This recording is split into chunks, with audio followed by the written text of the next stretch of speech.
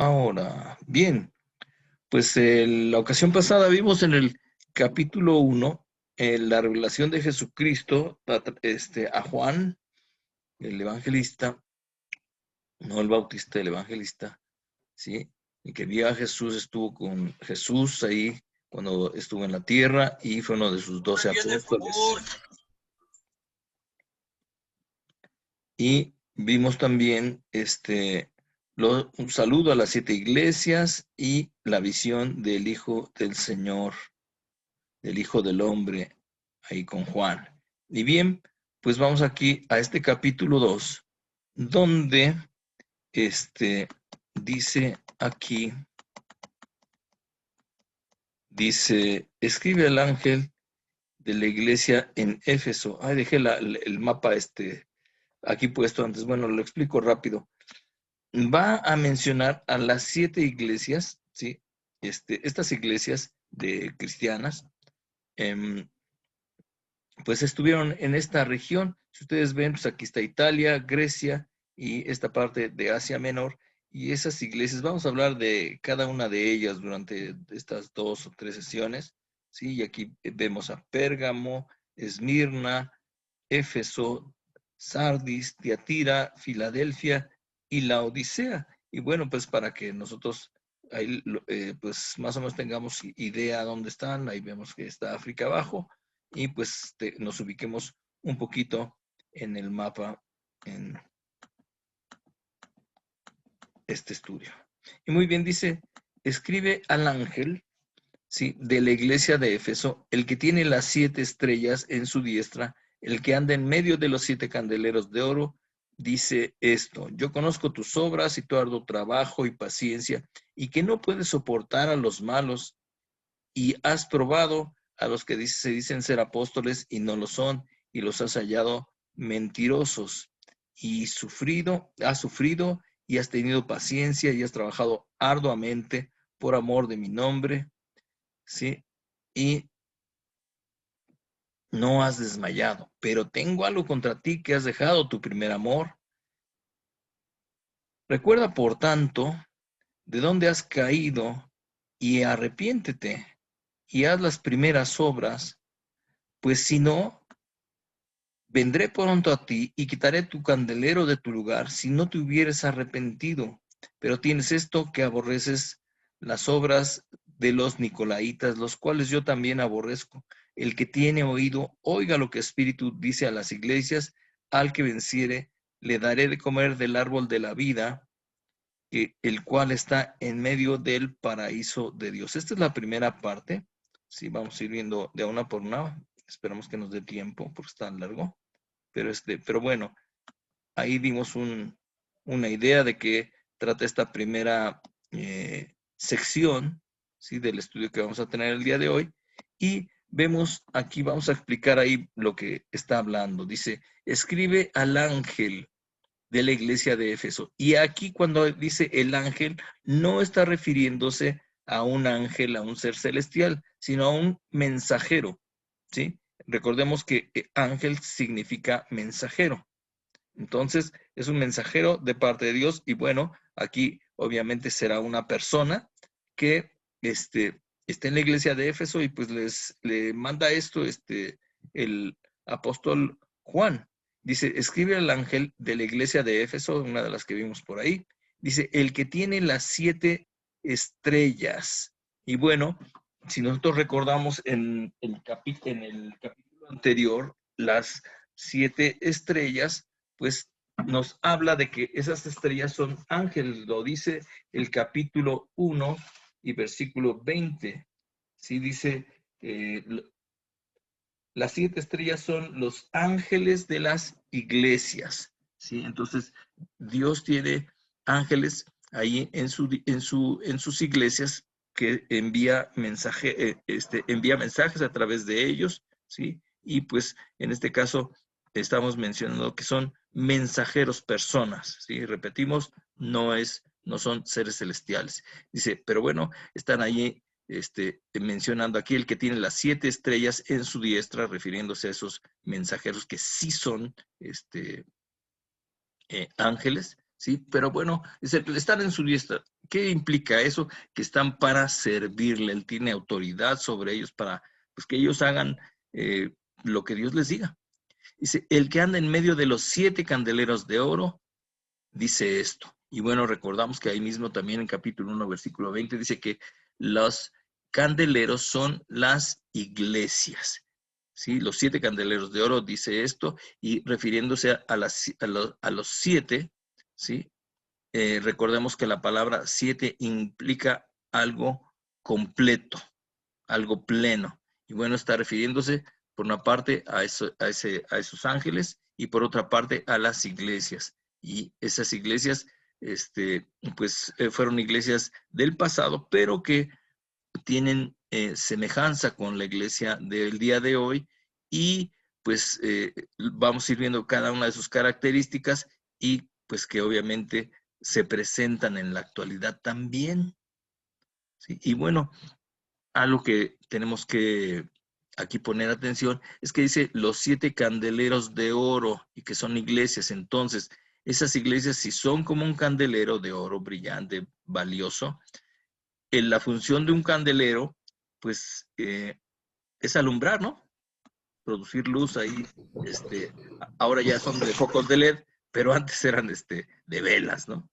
De velas, y ahí con aceite y su pabilo. Y bueno, la idea es que pues nos muestra la palabra de Dios que nosotros somos la luz del mundo. Eso lo dice en los evangelios. Y que esa luz, dice, no se puede ocultar, no se debe ocultar, sino que se pone en un lugar alto, pues que para que alumbre a todos y podamos ver qué hay. Y pues qué es lo que debemos de ver: a Dios. Nosotros alumbramos con lo que Dios ha hecho en nuestra vida, hablamos la palabra de Dios a la gente, les damos un buen ejemplo y ellos dicen, pues esto es Dios, lo que esta persona dice es de Dios, y lo que esta persona vive es el ejemplo pues de lo que Dios hace en un humano, ¿sí? Entonces, mucha responsabilidad hay en nosotros para que la gente vea a Dios a través de nosotros. Porque hay personas que si ustedes le dicen Dios, luego cierran su corazón. Tú les dices Biblia, jamás la van a leer, jamás van a tocar el tema.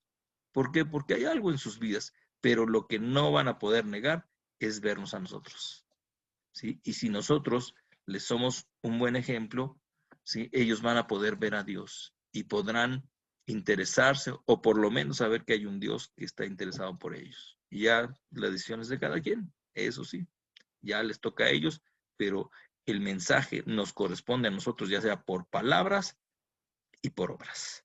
Bien, entonces aquí muy importante lo que dice después, versículo 2, yo conozco tus obras. Dios conoce todo lo que hacemos, y no solamente nos ve, sino que ve por qué lo hacemos. Eso nos muestra la escritura, ¿sí? Entonces, pues muy importante, ¿por qué hacemos las cosas? ¿Sí? ¿Qué hacemos y por qué las hacemos? ¿Y cuál debe de ser la razón por la cual debemos de hacer las cosas? Pues para agradar a Dios. Si nosotros agradamos a Dios con lo que hacemos, le vamos a poner una super calidad a lo que hacemos, ¿sí? Y va a ser para agradar a Dios. Obviamente, si agradamos a Dios, vamos a hacer algo bueno que va a agradar y le va a servir a la gente. ¿Sí? Por eso es importante pues que hagamos las cosas bien y para el Señor. Hay gente que hace bien las cosas en este mundo, pero no lo hace para Dios. Entonces, pues dice, bueno, pues sí, pero ¿y yo dónde estoy? Sí, o sea, eres buena persona, pero no tienes nada que ver conmigo, ni yo contigo, ¿sí? Y eso no va a ser para que la gente se acerque a mí, ni reconozca que yo hago obras en las personas. Entonces, por eso, muy importante. Entonces, Él conoce todo. Si nos hemos equivocado, si hemos tenido mala intención, mala actitud para hacerlas, Dios lo ha visto. Si ha sido así algo malo, pues podemos pedirle perdón y seguir caminando con Él. Ahora tomar una actitud diferente, una actitud mejor. Dice, yo conozco tus obras, tu arduo trabajo, y que le chambeas duro, que te cansas, que le pones ahí todos, como decían antes, ¿no? Que le pones todos los kilos a las cosas. Dice, y paciencia, muy importante hacerlo de la mejor manera posible, y ser pacientes a veces lo que que nos falla es la paciencia, ¿no? Que quisiéramos que ya todo se resolviera pronto, que se hiciera pronto, que saliera ya las cosas rápido, pero pues no, muchas veces no es así. Tenemos que ser pacientes, esperar el tiempo de Dios. Veíamos antes que una definición de paciencia es esperar en paz y alegremente. ¿Por qué vamos a hacerlo así? Porque estamos confiando en que Dios va a hacer algo. No estamos como otras personas sin Dios de que quién sabe qué va a pasar. No, lo que podemos esperar de Dios es que va a pasar, va a suceder lo mejor para nosotros. ¿Sí? Y dice, y que no puedes soportar a los malos. Esa es una cosa importante. Si no es que seamos impacientes o estemos enojados, sino que no tengamos trato con ellos. ¿Sí? No hagamos lo mismo, sobre todo. ¿Sí? El trato podemos tenerlo para hablarles de Dios, que Dios se acerquen a Él, ¿sí? Que le pidan perdón a Dios, pero hacer lo mismo no, por estar con ellos por compromiso o porque qué van a decir de nosotros. No, eso no es. ¿Sí? Es no actuar igual que ellos. ¿Sí? Y dice, no puedes soportar a los malos. Sí, hay cosas que debemos demostrar que está mal. ¿Para qué? Para que a veces la gente se dé cuenta. ¿Cómo pasa esto a veces? Fíjense que tal vez esto es algo común que ha pasado, ¿no? Que a veces están siendo groserías y uno se acerca y ya le cambian el tema o usan otras palabras. Y bueno, qué bueno que se dan cuenta, ¿sí? O es importante decir, no, mira, esto no, porque pues, no está bien, o sea, la gente siente mal, es desagradable y sí se hace daño a alguien cuando pues, se le ofende, ¿no? Por ejemplo, se dicen palabras feas. Y así muchos ejemplos más. Sí, y has probado a los que se dicen ser apóstoles y no lo son, y los has hallado mentirosos. Ah, caray, entonces esta iglesia de Éfeso dice que ha probado a los que se dicen ser apóstoles. Es decir, dices que eres apóstol. Bueno, o sea, ¿qué es un apóstol? La Biblia nos muestra que el significado de apóstol es enviado. ¿Y qué es? O sea, ¿enviado por quién o cómo? Lo envía, obviamente, Dios a través de la iglesia, de los líderes de la iglesia, ¿sí? ¿Para qué? Para que vaya esa persona, ya es una persona con experiencia, que conoce de las cosas de Dios y funde o forme otra iglesia. ¿Cómo lo hace?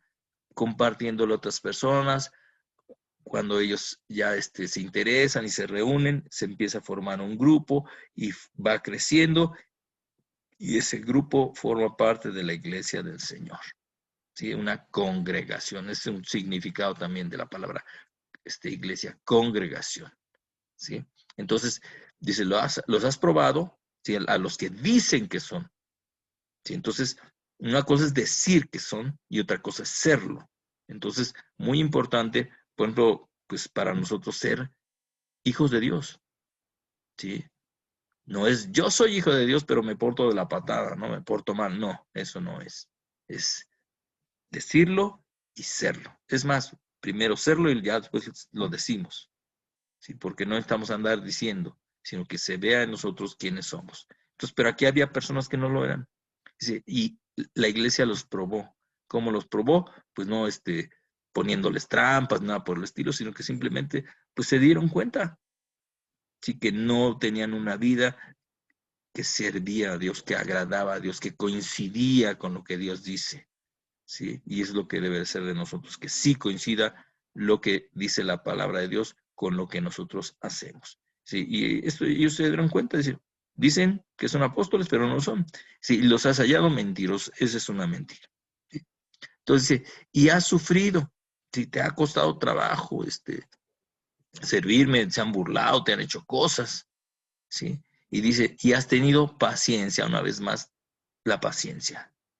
A veces por impacientes cometemos errores. Nos desesperamos y, no, ya, esto ya, y lo hacemos y ya, ay Dios. Luego ya estamos ahí lamentándonos, ¿no? Decía un jefe antiguo que tenía que las cosas primero se piensan y luego se hacen, y no se hacen y luego se piensan. ¿Por qué se hacen y luego se piensan? Pues porque ya uno pensó que no debió de haberlo hecho. Dice, y has trabajado arduamente otra vez. El trabajo duro es importante también. El trabajo duro pues nos ayuda a sobresalir.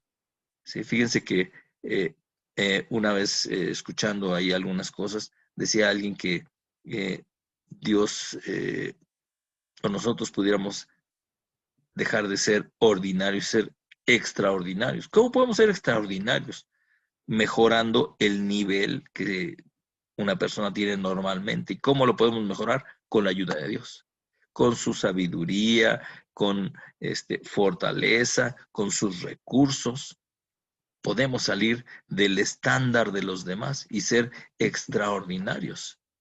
¿Sí? Es fuera de lo común y eso pues nos va a hacer que nos vaya mejor y vamos a poder dar un testimonio mejor para la gente que vea que no somos como cualquier creyente que dice que cree en Dios y no cree en realidad porque no lo demuestra. Bueno, dice, pero aquí ellos, dice, has trabajado duramente esta iglesia de Éfeso, y algo muy importante que les digo, que les dé ese plus, ese valor, ese significado y esa demostración de que es otra cosa, por amor de mi nombre. ¿Por qué trabajamos con paciencia, arduamente, y hemos sufrido cosas? Por amor al Señor. Si no amamos al Señor, fíjense que no hacemos las cosas de la mejor manera. Y no tiene el mejor significado para nosotros y para los demás.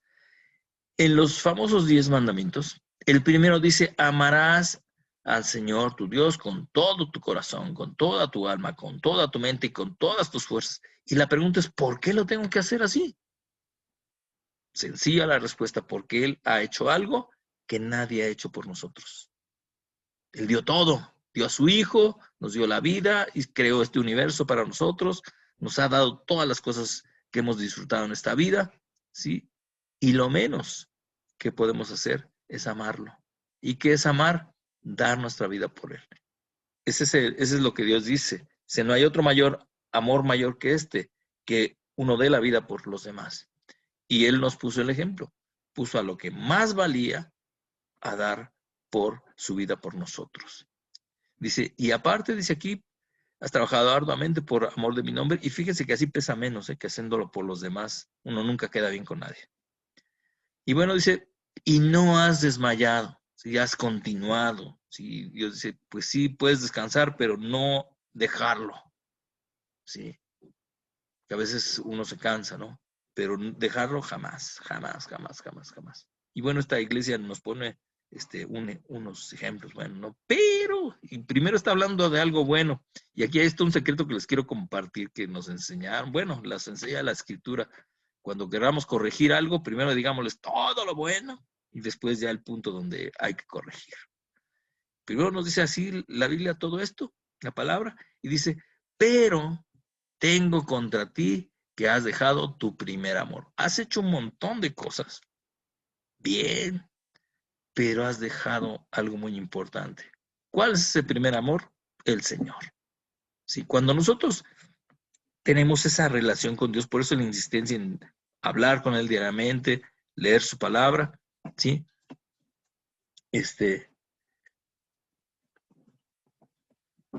Pues las cosas funcionan, van mejorando, van creciendo, etcétera, etcétera, ¿sí? Pero Dios aquí les dice, has hecho esto, pero te has olvidado de mí. Lo has hecho por mí, inclusive, ¿no? Que parece bueno, ¿no? Pero te has olvidado de mí. Y cuando nosotros no nos olvidamos de Él, ¿cómo no nos olvidamos de Él? Platicando con Él. A veces, no sé si lo hayan hecho, ¿no? Pero es lo que debemos de hacer, platicar con el Señor abiertamente. No estoy de acuerdo con esto, no lo entiendo, no quiero, pero ayúdame. Es más, ya sé que está mal, pero quiero cambiar y no puedo. Ayúdame, Dios. ¿Sí? Entonces yo decía, bueno, ya entramos en confianza, pues, bueno, pues vamos, te voy a ayudar porque estás siendo honesto, que te cuesta trabajo, pero no quieres que siga igual el asunto. Vamos a ver, hacemos para que esto funcione bien. Entonces, recuerda, por tanto, que dónde has caído. O sea, te olvidas, y te pusiste a hacer muchas cosas que parecen buenas, pero falto yo ahí, ¿sí? Recuerda, por tanto, de dónde has caído y arrepiéntete. ¿sí? Eso quiere decir que hemos recapacitado y que queremos otra cosa diferente, que vamos a hacer algo diferente. Y haz las primeras obras, cambia. A eso que parece bueno, lo puedes cambiar, ¿sí?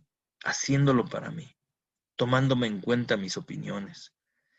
Pues si no lo haces, ahí viene una consecuencia. Vendré pronto a ti y quitaré tu candelero de su lugar, ¿sí? Y cuando hablamos de ese candelero, ¿sí?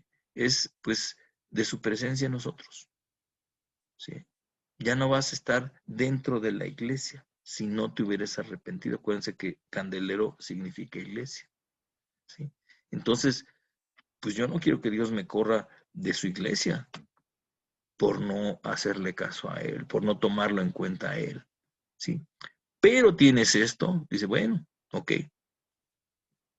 cosas positivas, una negativa, y tienes algo bueno más. Pero tienes esto, que aborreces las obras de los nicolaitas, es un contraste, ¿sí? Con lo anterior. Dice, los cuales yo también aborrezco. Y bueno, la Biblia no explica, no dice qué con estos nicolaitas. Pues, esperemos que nos dé tiempo de ver ahí más adelante bien el pasaje. Sí, otra vez esta palabra. Sí, pero aborreces estas obras de estos hombres, ¿sí? De estas personas, las cuales yo también aborrezco. Sí, y bueno, sí podemos ver aquí algo con respecto a no apegarnos y no hacer algo que está mal, que Dios aborrece. Por ejemplo, dice, no puedes soportar a los malos. Y aquí aborreces las obras de estos hombres. No dice cuáles son, pero si Dios las aborrece, seguramente son algo malo. Y lo que Dios aborrezca, nosotros también debemos de aborrecerlo. ¿Por qué? Porque a Dios no le gusta, y no es nada más que no le guste ya, sino que trae una consecuencia negativa para nosotros. Y Dios no va a decir, aborrezco que comas. No, pues voy a morir, sino ¿cómo? No, Dios no dice eso. Pero sí, aborrezco que, dice, por ejemplo, estoy recordando ahorita un salmo. Dice, 6 cosas aborrece el Señor y aún 7, no puede soportarlas. Y empieza a dar una lista: los ojos altivos, la lengua que habla mal, dice, aquel que traiciona a los demás. Dice, son varias, son varias. Entonces, ninguna de esas cosas son buenas para nosotros, ni para los demás. Entonces, nosotros debemos de, por eso, conocer la Escritura, tenerla presente, leyéndola constantemente, para estar de acuerdo con Dios, con su criterio. Y así haremos lo correcto, haremos el bien para los demás y le glorificaremos al Señor. Es decir, le daremos por fama a la gente de que ellos sepan quién es Dios y lo que hace con los que le siguen. Y fíjense, al final dice de este pasaje, dice, el que tiene oído, ¿me estás escuchando? Oiga lo que el Espíritu Santo dice a las iglesias. Sí, ya me di cuenta que tú estás diciéndome algo, Dios. Dice, y al que venciere, le daré a comer del árbol de la vida, el cual está en medio del paraíso de Dios. Entonces vemos una causa y un efecto, ¿sí? Una causa y una consecuencia. ¿Sí? Si oyes y vences, vas a comer del árbol de la vida, el cual está en medio del paraíso de Dios. Y recordando esta parte, dice, del árbol de la vida, en el Génesis, cuando lo estudiamos, veíamos que ahí está el árbol de la vida del bien y el mal, ¿sí? ¿Y para qué estaba? Para tomar ese fruto y vivir eternamente, ¿sí? Pero ahora que ya, aquí en este tiempo ya no está, ya no existe el paraíso, el Edén, el huerto de Edén. Entonces, ¿cuál es ese árbol de la vida? Es Dios mismo y estando ahí en su presencia por siempre. Está en medio del paraíso de Dios, ¿sí? El cielo ahí, dice, pero hay que vencer. ¿Escuchas? Vences. ¿Qué vences? Lo anterior, ¿sí? El aborrecer lo malo y hacer lo correcto, ¿sí? De lo cual hemos mencionado anteriormente los versículos, ¿sí? Entonces, es muy importante y vencer. La Biblia dice que nosotros somos más que vencedores. Entonces, si Él ya venció, ¿yo qué hago? Tomar esa victoria, es decir, Si ya él venció lo importante que era, ¿cuál era lo importante? Vencer al pecado, ¿sí? Cualquier clase de pecado, ya me dio victoria sobre eso. Entonces, yo debo de caminar en eso. Y Dios me de ayuda para que si yo tenía una debilidad por X cosa, se me presenta otra vez para caer y no lo hago. ¿Por qué? Porque Dios me ayuda. Antes sin Dios caía otra vez en lo mismo, porque no tenía la fuerza espiritual para hacerlo. Pero ahora tengo al Señor en mi vida y ahora sí tengo la manera de no caer en eso. ¿Sí? Entonces, muy importante estar ahí usados con esto. Segundo sección, dice versículos 8 al 11, pequeña esta sección, dice, el mensaje a Esmirna, otra iglesia de ahí que vimos anteriormente en el mapa. Y escribe al ángel de la iglesia de Esmirna, en Esmirna, el primero y el postrero, el que estuvo muerto y vivió, dice esto. ¿Sí? ¿Quién es el primero y el postrero? Ya lo vimos. Es Dios mismo. En Él comienza todo y en Él termina todo. Con Él comenzó todo lo que se creó y ahí vamos a terminar todos. ¿Sí? En su presencia. Y dice, el que estuvo muerto y vivió, ¿quién es el que estuvo muerto y vivió? Jesucristo. Dice esto. Yo conozco tus obras otra vez. Y dice, pero a ti, iglesia de Esmirna, veo en ti que estuviste atribulado. Tuviste problemas, la tribulación implica estar apretado de cosas, sin problemas, muchas situaciones, necesidades. Y tu pobreza, esa era una iglesia no de dinero. El, el no tener dinero no es un pecado. ¿Sí? Eso es lo que ahora se predica de una forma diferente, se enseña de una forma diferente. Si eres pobre, estás en pecado. ¿Dónde dice eso? ¿Dónde dice eso, por favor? Si no, hay pobres y hay ricos, ¿sí? Y dice aquí, pero tú eres rico, ¿sí? Entonces la pobreza no implica lo que tenemos en la cartera o en el banco, ¿sí? Sino lo que tenemos en el corazón. Dice, yo conozco tus obras, tu tribulación, tu pobreza, pero tú eres rico. Ah, caray, eres pobre y eres rico a la vez. Sí, no tengo dinero, pero soy rico porque tengo al Señor. La Biblia dice que nosotros fuimos enriquecidos por la pobreza del Señor Jesucristo. Él se hizo pobre para hacernos ricos. Dejó todo. ¿Sí? No tenía ni dónde poner la cabeza para irse a dormir, ponían una piedra para dormirse. ¿Sí? Así decía el Señor Jesucristo. ¿Me quieren seguir? No tengo dónde poner, no tengo una almohada. ¿Me quieren seguir?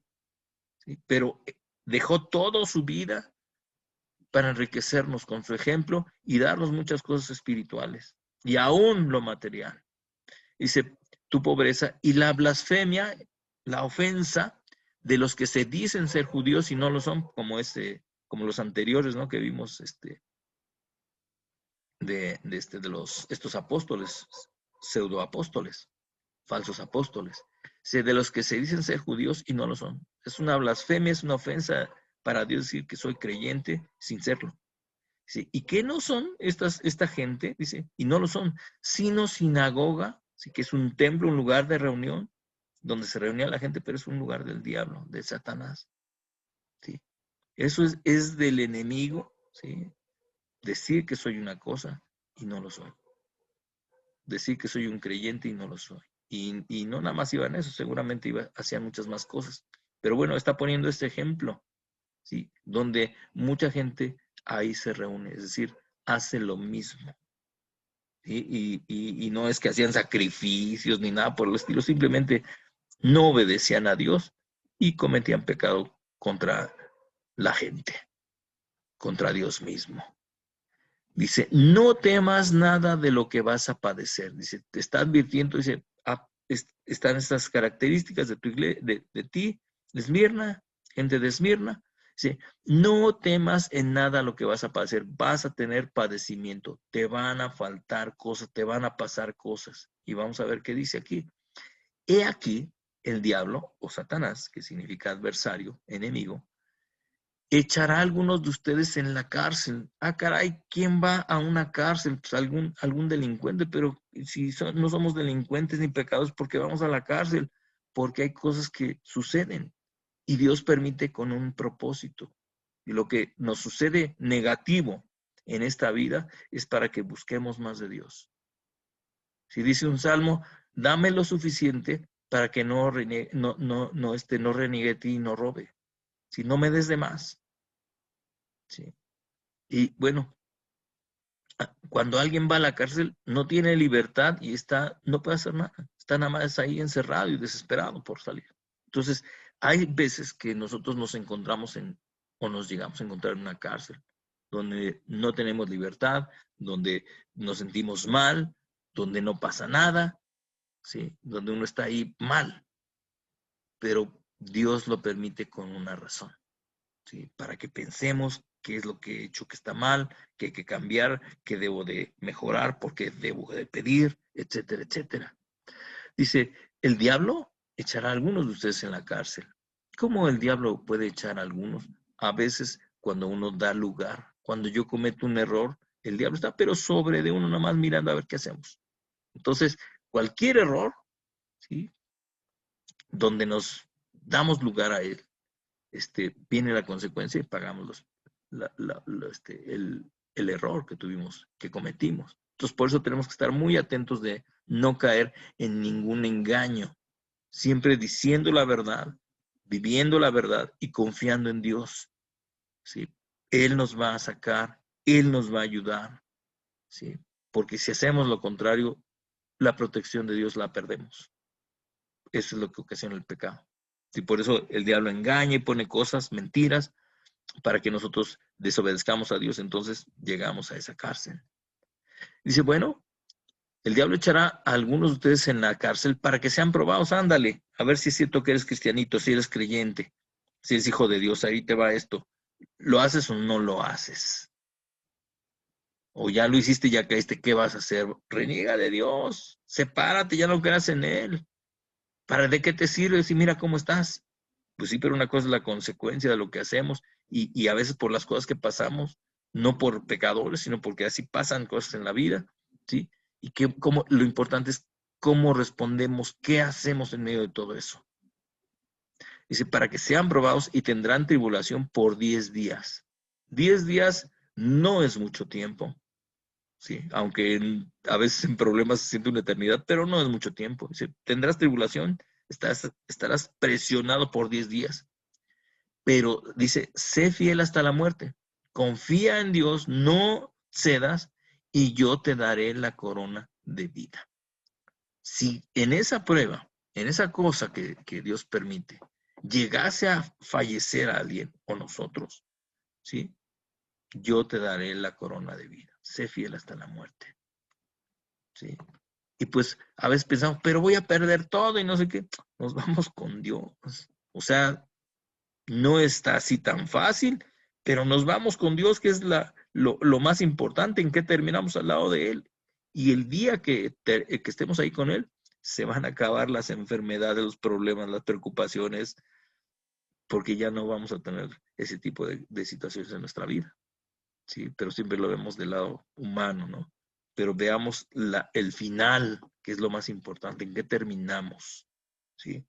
Dice, y el que tiene oído, otra vez como el fin del pasaje anterior, la sección anterior dice, el que tiene oído, oiga lo que el Espíritu dice a las iglesias. Escucha bien lo que está diciendo a la iglesia el Señor, porque es importante para no fallar. Y el que venciere nuevamente, pero aquí dice, no sufrirá daño en la segunda muerte. ¿Cuál es la segunda muerte? Cuando la gente será enjuiciado, y los que morimos en él, nada más llegar, nuestro veredicto es inocente y nos vamos con Dios por siempre. Y ese es no sufrir daño en la segunda muerte. La primera muerte es perder la vida física aquí en este mundo. Sí, recordando el versículo 7 dice, al que venciere le daré comer del árbol de la vida, el cual está en medio del paraíso de Dios. ¿Sí? Dos finales. ¿Sí? Muy bien. Vamos a una última sección, no creo que nos dé tiempo de ver la cuarta, una tercera sección de este pasaje. Y ahora vamos a la iglesia de Pérgamo. Dice, y escribe el ángel de la iglesia de Pérgamo, el que tiene la espada aguda de 2 filos, dice esto. La otra vez comentamos que era la espada de 2 filos, ¿sí? Era la palabra de Dios. Dice, y yo conozco tus obras, otra vez, dónde moras, dónde vives, dónde está el trono de Satanás. Híjole, ahora sí se puso un asunto más difícil. En el otro era una reunión donde estaban ahí gente que no tiene a Dios, pero aquí ya estás en donde está el trono de Satanás, donde está la cosa más fea todavía. Dice, pero retienes, dice, estás ahí, ¿sí? Estás ahí. Y dice, pero retienes mi nombre y no has negado mi fe, ni aun en los días en que Antipas, mi testigo fiel, fue muerto entre ustedes donde mora Satanás. Un lugar muy feo, seguramente, pero si nosotros aquí vemos un poquito el contexto del pasaje anterior, dice, sé fiel hasta la muerte y yo te daré la corona de la vida. Eso le pasó a Antipas, a este hombre Antipas. Era un testigo fiel a Dios, fue muerto entre ustedes, sucedió eso. Estaba en un lugar muy feo, pero él no se perdió. ¿Por qué? Porque fue un testigo fiel. Dice, conozco tus obras, dónde moras, está difícil ahí, pero retienes mi nombre. Es decir, no has negado mi fe. Dice, no has negado mi fe, sigues creyendo en mí, estás en un lugar muy difícil, ¿sí? Ya pasó esto, pero estás creyendo en mí. Dice, pero tengo unas pocas cosas contra ti. Otra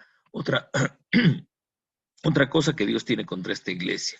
Y dice, pues tiene unas cosas a favor, retiene su nombre, no ha negado su fe. Perdón, pero sucede algo que Dios dice, tengo algo contra ti. En el caso anterior dice, has dejado tu primer amor. Pero en este caso dice, que tienes ahí a los que retienen la doctrina de Balaam.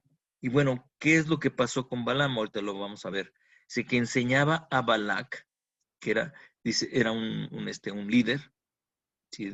Y Balaam era un mal profeta de Dios, ¿sí? Porque la gente sabía que hablaba con Dios, pero él se dejaba sobornar para hacer daño a otros. Aquí este famoso Balac, este señor Balac, le ofreció dinero para que maldijera al pueblo de Dios. Dice que enseñaba a Balac a poner tropiezo ante los hijos de Israel, a comer cosas, ¿cuál es el tropiezo? Cosas sacrificadas a los ídolos, lo cual Dios nos dice, no comas de eso. Se ofreció a tal ídolo, tal eh, creencia, tal imagen, ¿sí? tal eh, figura que hicieron.